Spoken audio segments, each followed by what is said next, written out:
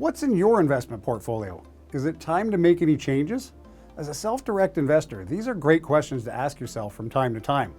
But as you get ready for retirement, these questions become more important because your lifestyle and financial situation will likely change significantly in the next 5 to 10 years. And as you start selling investments and withdrawing money from your accounts more often, income and tax can become major concerns.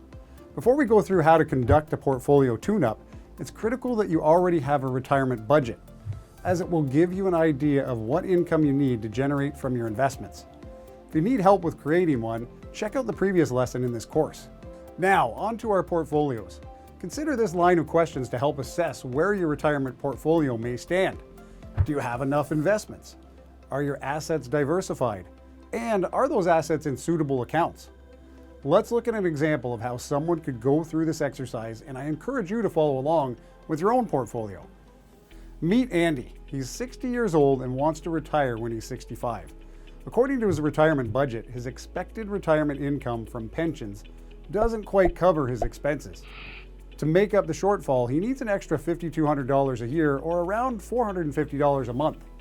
One way Andy can make up the shortfall is to generate income from his investments. That income could be from receiving interest or dividends, or even selling an investment. Currently, he has $10,000 in a cash account, $40,000 in a tax-free savings account, and $10,000 in his registered retirement savings plan. On top of that, Andy anticipates being able to save an extra $60,000 between now and when he retires. Right now, all of his money is invested in equities, and he expects average returns of 8% a year. So, let's go through our portfolio assessment. First, does he have enough assets? Let's run through the numbers. If Andy's life expectancy is 90 years, he'll need 25 years of income from his portfolio after he retires. That's $130,000. His total portfolio value, assuming a more conservative compound growth of 4% and additional savings up until he retires, will be around $140,000. So as long as his rate of return outpaces inflation, he should have enough to cover the anticipated income deficit. This assumes tax-efficient withdrawals and asset sales. Now that we've established that he'll have enough assets, let's check his asset allocation. Generally speaking, a healthy investment portfolio contains a mixture of cash, fixed income, and equities, as investing in only one asset class typically increases your risk. So, as we can see, Andy being invested in only equities might be cause for concern. Even if Andy likes to take risk when it comes to investing, he'll need to start withdrawing funds in 5 years, which may not leave much time to recover from a possible stock market crash down the line. Andy could consider selling some of his equities and put that money towards fixed income products while also leaving aside some cash. And any additional money he saves between now and when he retires could be invested in a similar breakdown between the asset classes. In this example, we purposely left out any asset class ratios because there is no one-size-fits-all solution. The breakdown of your investment portfolio largely depends on your risk tolerance and financial situation. Now that we've addressed Andy's asset mix, let's review his investments by account type and see if any adjustments might be needed. To recap, Andy currently has $10,000 in a cash account, $40,000 in a tax-free savings account, or TFSA, and $10,000 in his registered retirement savings plan, or RRSP.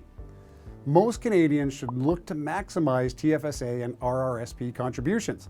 However, choosing between the two is going to depend on your current and future tax situation. So, Andy should consider moving the $10,000 in his cash account to his TFSA or RRSP. Plus, he avoids a taxable event if he sells investments in his TFSA or RRSP when realigning his asset mix.